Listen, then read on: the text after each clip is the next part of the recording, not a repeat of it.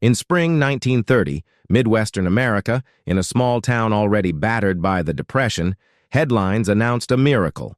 4 identical sisters, born healthy, alive, and together. They were photographed, paraded in matching dresses, and celebrated, as proof that even in a time of hardship, nature could produce wonder. But behind the staged smiles was a different reality. The sisters were given a pseudonym, the Genain Quadruplets, a name derived from the Greek for dire birth. What the public never saw was the father's cruelty, the abuse and mutilations carried out in silence, and the hereditary shadows already haunting their family tree. By their early 20s, all 4 had been diagnosed with schizophrenia. Researchers seized the opportunity. From 1955 to 1958, they were taken into the halls of the National Institute of Mental Health, wired to machines, tested with ink blots and questionnaires, reduced to charts and graphs. Identical in DNA, yet fractured into unequal lives, one institutionalized, another semi-functional, one suspended between dependence and freedom, and one who managed to marry and raise children. Their story became one of psychiatry's most famous case studies, used to fuel debates about heredity versus environment, genetics versus trauma. The sisters embodied what David Rosenthal called an unhappy collusion of blood and brutality. 2. Science. They were a cornerstone. To themselves, they were captives of a story they never asked to live. And today, their names linger not in family albums, but in medical journals. 4 identical lives born as a miracle, consumed by illness, remembered as a warning. Imagine this. It's the depths of the Great Depression, and suddenly a ray of hope bursts through the gloom, a set of identical quadruplet sisters born in a sleepy Midwestern town. Newspapers scream miracle. Photos show 4 tiny bundles lined up like perfect dolls, symbolizing resilience in hard times. But what if that miracle was a facade? What if behind those adorable matching outfits lurked a family secret so dark it would shatter minds and fuel scientific debates for decades? Stick around, because the story of the Genain Quadruplets isn't just history.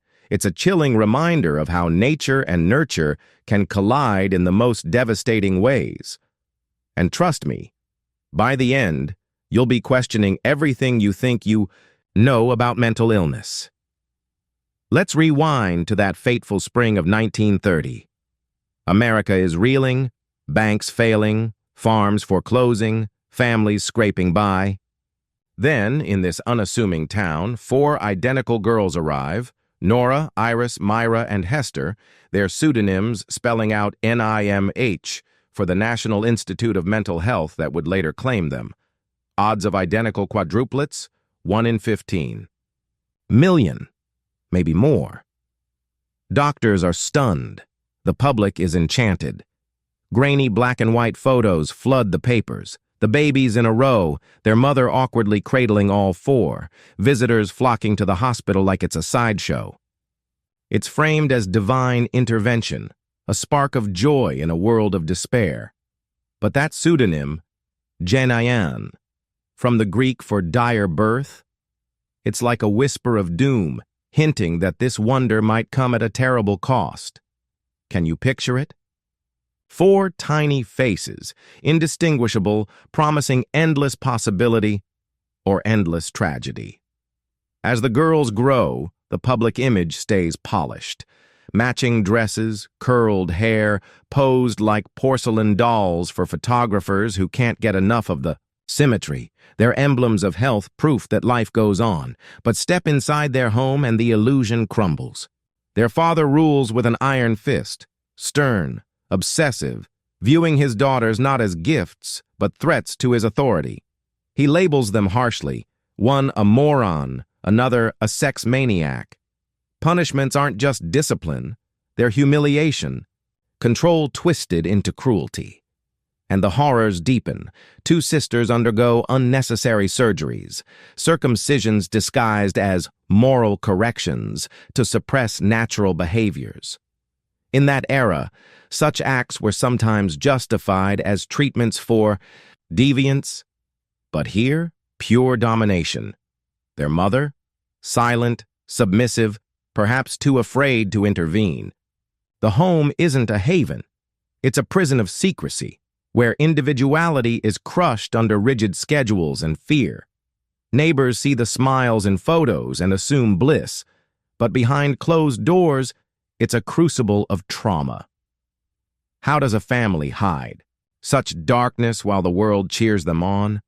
It's the kind of duality that makes your skin crawl, and lurking in the family tree, shadows of madness.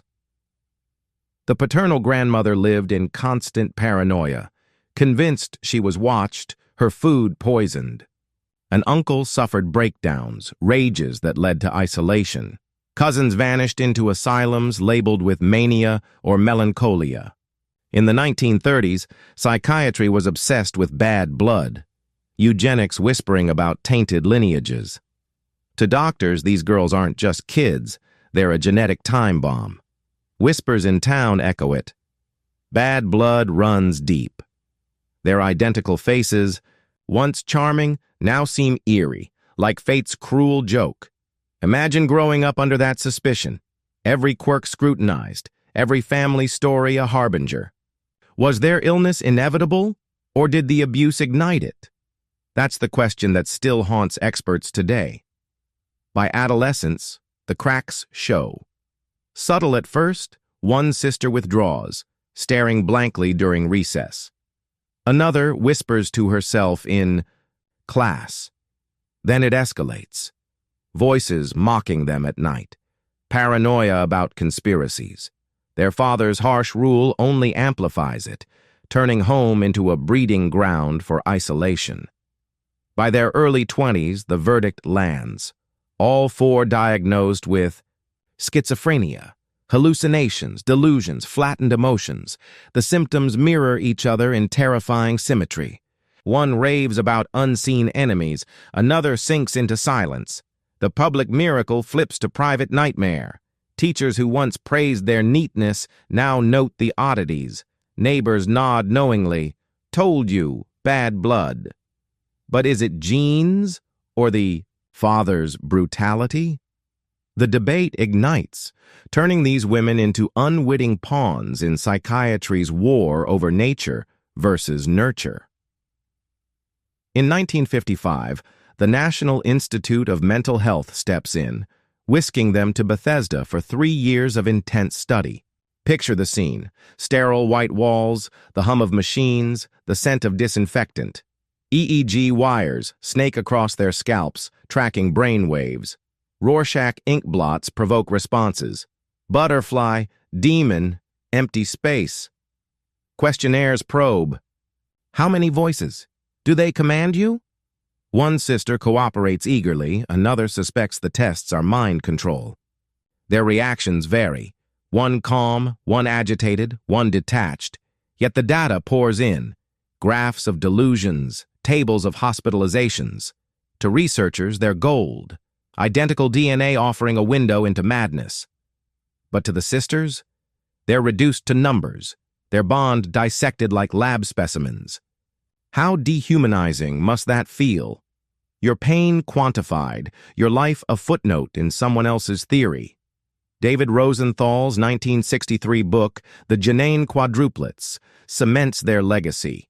He coins unhappy collusion. Genes provide vulnerability, but trauma pulls the trigger. Heredity? Undeniable. All four ill, family history riddled with madness. Environment. Damning. The father's abuse, surgeries, constant fear. It's not one or the other. It's both, intertwined like a noose. The book sparks debates. Some cry genetic destiny. Others scream trauma's toll.